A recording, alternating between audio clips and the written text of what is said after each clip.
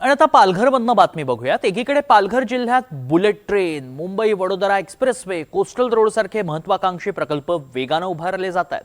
बरं, लवकरच जागतिक दर्जाचं बंदर, विमानतळ आणि इतर मोठे प्रकल्पही सुरू होत आहेत। मात्र याच जिल्ह्यात शाळकरी विद्यार्थिनींना घरी जाण्यासाठी वेळेवर साधी एसटी बसही मिळत नसल्याचं धक्कादायक वास्तव आहे।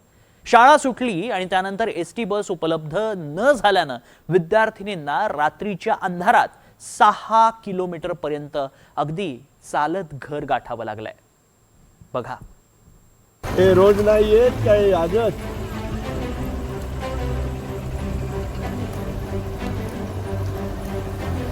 कोगदे काय आहे? हा कोगदा का वरचा?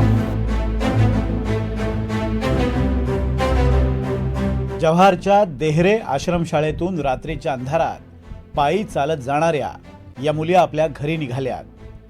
या विद्यार्थिनी दररोज कोगदे गावातून देहरे आश्रमशाळेत बसनं ये जा करतात, पण अनेकदा शाळा सुटल्यानंतर एसटी बसच न आल्यानं या विद्यार्थिनींना रात्रीच्या अंधारात तब्बल 5 ते 6 किलोमीटर पायी प्रवास करत घर गाठावं लागतं। अंधारात रस्त्यावरून पायी घरी जाताना या विद्यार्थिनींचा व्हिडिओ एका दुचाकी स्वारानं मोबाईलमध्ये कैद केला आणि तो समाज माध्यमांवर व्हायरल झाल्यानंतर पालकांमध्ये संतापाची लाट उसळली आहे।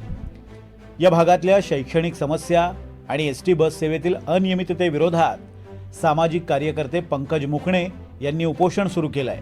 तर या मुद्द्यावरून माजी आमदार सुनील भुसारा यांनी प्रशासन आणि लोकप्रतिनिधींना धारेवर धरलंय। आज सकाळी सुद्धा चोथ्याची वाडी येथे सकाळच्या शाळेसाठी 50 मुली चोथ्याच्या वाडी येथे उभ्या होत्या, परंतु यांना ती बस उशिरा गेली की काही समजलं नाही। परंतु या मुलींना या मानव विकासच्या उशिरा जाण्यामुळे किंवा ह्या मानव विकासच्या गाड्या त्या ठिकाणी पोहोचतच नाहीत, म्हणून इथे या ग्रामीण भागातील विद्यार्थिनींना खूप त्रास सहन भोगावा लागतो।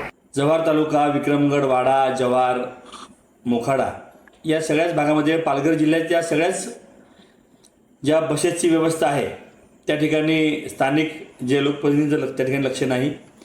देरे हे विद्यमान आमदारांचं मूळ गाव आहे आणि त्यांच्याच गावामध्ये जर अशी परिस्थिती असेल तर बाकीच्या ठिकाणाची परिस्थितीची कल्पना न केलेलीच बरी।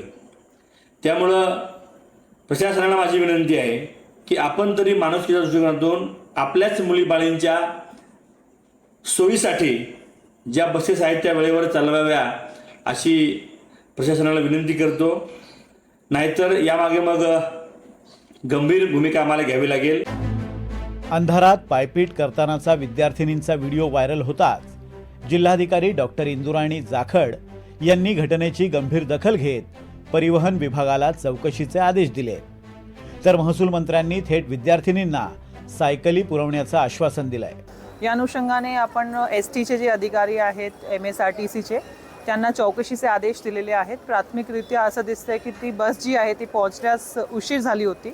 या अनुषंगाने MSRTCचे अधिकाऱ्यांना यापुढे बसेस जी आहेत त्यांनी वेळेमध्ये पोहोचण्याच्या अनुषंगाने सूचना दिलेली आहे आणि यासाठी एक मॉनिटरिंग कक्ष स्थापन करण्याचेही निर्देश दिलेले आहेत। एकीकडे कोट्यवधींचे प्रकल्प आणि दुसरीकडे विद्यार्थिनींच्या सुरक्षित प्रवासासाठी बसची प्रतीक्षा हा विकासाचा विरोधाभास हे आजच्या पालघरचं वास्तव आहे।